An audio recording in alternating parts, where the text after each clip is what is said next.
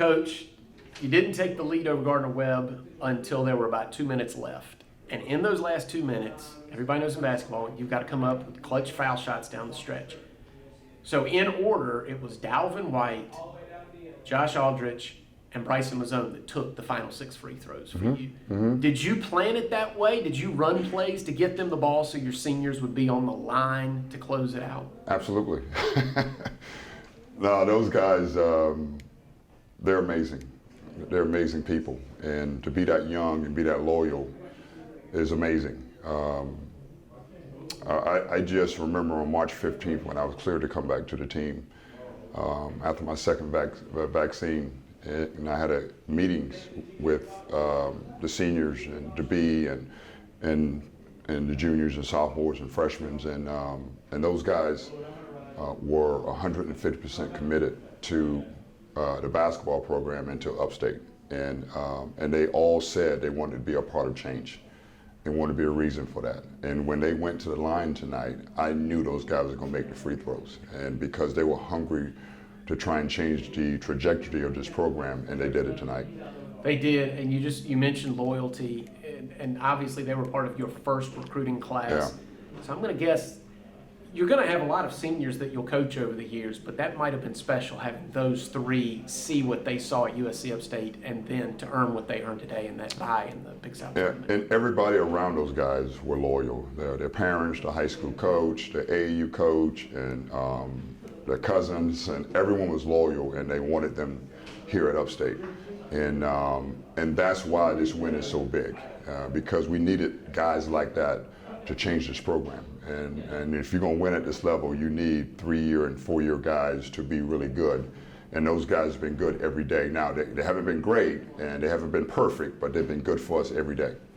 Coach, now looking back at the game, if that man-to-man defense is your fastball, you threw a curveball with a zone there through parts of the first half. What led you to that? It worked, and it works. What led you to that? Why did you decide maybe not to go back to it in the second half? Well, Stacey Palmore runs my defense, and Coach Garcia runs the offense, and those guys done an unbelievable job of just for scouting. And we needed to change up because we couldn't get a stop in the first half, and they shot 53% from the field in the first half, and then in the second half, we were able to come into halftime and get our feet up under us a little bit and get our heads thinking about their system to where they only shot 29% for the second half. So having a situation, a defense that we can change up in the middle of a game when you're not playing well is always a good thing. And Coach Palmore came to me and said, we just got to do 2-3 zones, about 4 or 5 possessions, give our guys a chance to breathe, and it worked. It certainly did. Yeah. Another thing you did, Coach, in terms of a chess move is, and really I think it's probably best illustrates your team youth plus senior leadership. You played Jalen Brazil alongside Dalvin White at the guard position. So what led you to that decision? And are you going to do that more in the Big South tournament? Absolutely. Jalen is one of those guys that he's playing primarily point for the first time in a long time, and he's still learning the reads.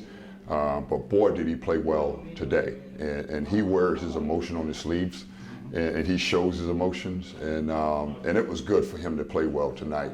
And that pass he made in transition, the no-look pass to Mister, that was big time. That was a big-time play for us. And but having guys come off the bench and play well, Jalen did it tonight. But we're going to need everyone. We're going to need Floyd to play well. We're going to need Kai to play well, and we're going to need Amir to come back from his concussion and play well for us as well. What about the Big South tournament itself? What kind of emphasis did you place on getting that 4 seed, meaning you get a bye, because that tournament can be grueling. Yeah. You don't want to be a team that's having to play 4 games over a set of days. So how much did it mean, not just to beat your rival, not just to win on senior day, but to earn that bye in the top 4? And that's the word, to earn.